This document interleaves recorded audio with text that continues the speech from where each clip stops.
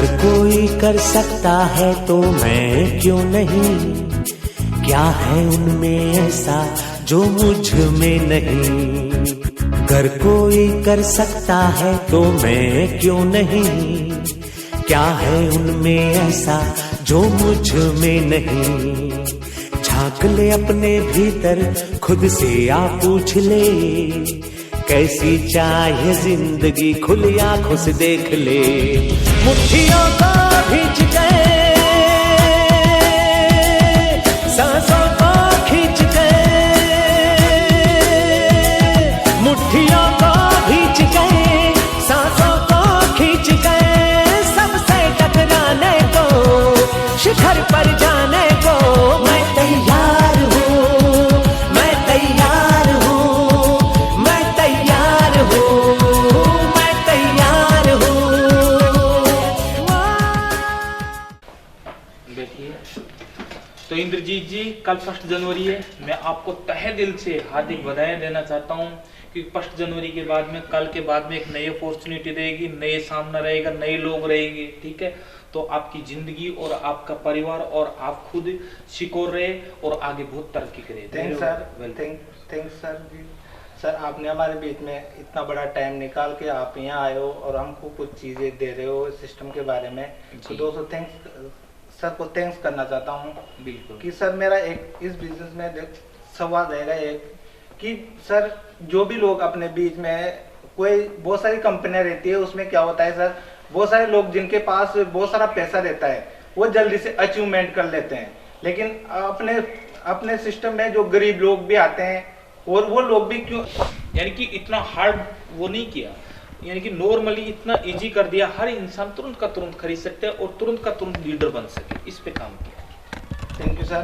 दूसरा एक सवाल सर मेरा है कि सर बहुत सारी कंपनियां रहती है, उसमें क्या है सर CMD रहते हैं, डायरेक्टर रहते हैं, वो लोगों के साथ लेके नहीं चल पाते, लेकिन सर आप में ऐसा क्या था जो आप सभी लोगों को साथ में लेके चल रहे हो, बहुत सारे टाइम नहीं मिलता फिर भी टाइम दे रहे हो, तो इसमें इसका क्या रीजन है सर? बिल्कुल, देखो पहला जो मैंने जो जिससे इंस्पायर हुआ था, ठीक है, वो है मेरे गुरु, ठीक है, जो IAS है अभी मंत्रालय में, ठीक है।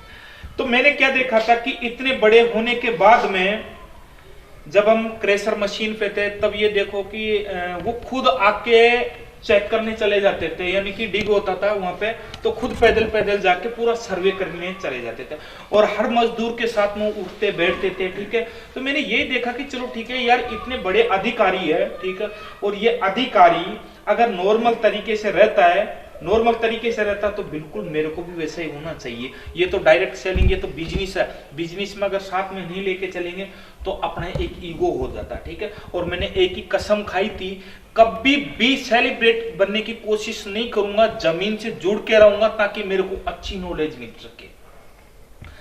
नॉलेज मिल सके और आप लोगों के और हर डिस्ट्रीब्यूटर के बीच में जाता रहूंगा। आज भी ये देख लो कि मेरे फोन में आज भी कोई बंदा तुरंत रात के 12 बजे भी कॉल करता तो मैं उसको जवाब देता हूँ, सेटिस्फाई करता हूँ। किसी ने एक दिन पहले छोटी सी लेवल का बंदा था, उसने मेरे को फोन करके ये बोला कि सर मैं कुछ आपको बता सकता हूँ कि इस कंपनी में क्या होना चाहिए। तो मैंने उससे बिना ईगो समझने की कोशिश की, बोल बेटा क्या चाहिए इस कंपनी में, क्या चेंजेस होने चाहिए। फिर भी मैंने उसकी बात सुनी। मैंने तो उसको ये नहीं बताया कि 16 साल का 15 साल का मेरे पास में एक्सपीरियंस है, नहीं। क्यों? मेरे ईगो को बिल्कुल साइड में रखा।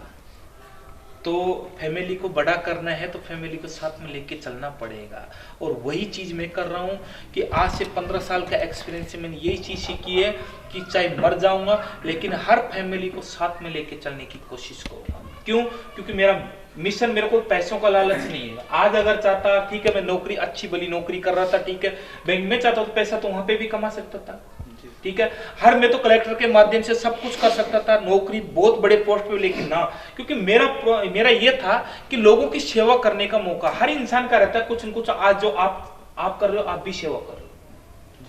आप 2 लोगों का भी अगर कार्य अचीव करते हो, वो भी एक सेवा होती है, और उनका लक्ष्य और उनका विजन क्लियर करा रहे हो, ठीक है, उनके घर में खुशियां ला रहे हो, ये भी एक सेवा होती है। आज गरीब के घर में अगर गाड़ी आना, सबसे बड़ी खुशी यही होती है, और वही हमने टारगेट किया है कि गरीब से गरीब बच्चे को भी हम उठाएंगे और गरीब से गरीब बंदे को भी साथ में लेके चलेंगे, कभी भी उसका साथ नहीं छोड़ेंगे। उसको जहां तक हो सकता है हमारी बॉडी के अंदर जब तक जान रहेगी हम उसको साथ में लेके चलने की कोशिश करेंगे।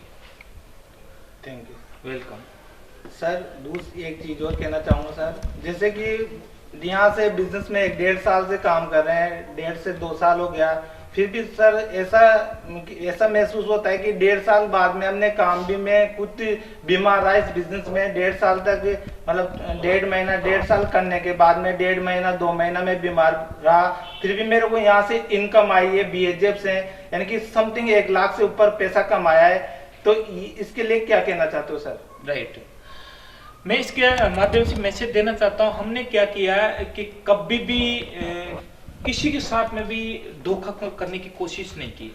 आपको कोरोना हुआ, ठीक है, कुछ भी हुआ, ठीक है, बीमारी हुई, आप 1 महीने तक बेड रेस्ट कर रहे थे, हॉस्पिटल में थे, ठीक है, लेकिन प्रॉपरली मैं बताना चाहता हूं कि आपको जितनी तारीख को चेक चाहिए था उससे 2 दिन पहले हमने भेजने की कोशिश की। जब हमारे को पता लगा कि ये बंदा बीमार है तो चलो ठीक है, यानी कि जरूरत है पैसे होंगे, ठीक है, तो आपका 1.5 लाख से प्लस 1 महीने का 1.5 लाख से प्लस ही होंगे। इतना कैलकुलेट तो मैंने कैलकुलेशन तो नहीं किया, लेकिन हमने जितना था उसे 2 दिन से पहले ही क्लोजिंग करवा के कोशिश की कि सामने वाले के पास में पैसा जाए और टाइम पे पैसा जाए। हमने ये नहीं कहा कि बहुत सारी कंपनी को होता है 1 महीने 10 दिन, 1 महीने 20 दिन में, ऐसे 1 महीने के बाद में पे आउट आता, लेकिन हमने इतना फास्ट कर दिया।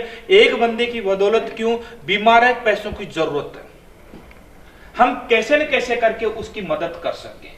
तो हमने हर चीज में यही कहा कि कैसे भी किसी भी परिस्थिति में कोई भी डिस्ट्रीब्यूटर के साथ में कुछ भी होता है तो उसके पास में टाइम से पैसा पहुंचना चाहिए, ये चीज हमने। दोस्तों थैंक यू सर के लिए।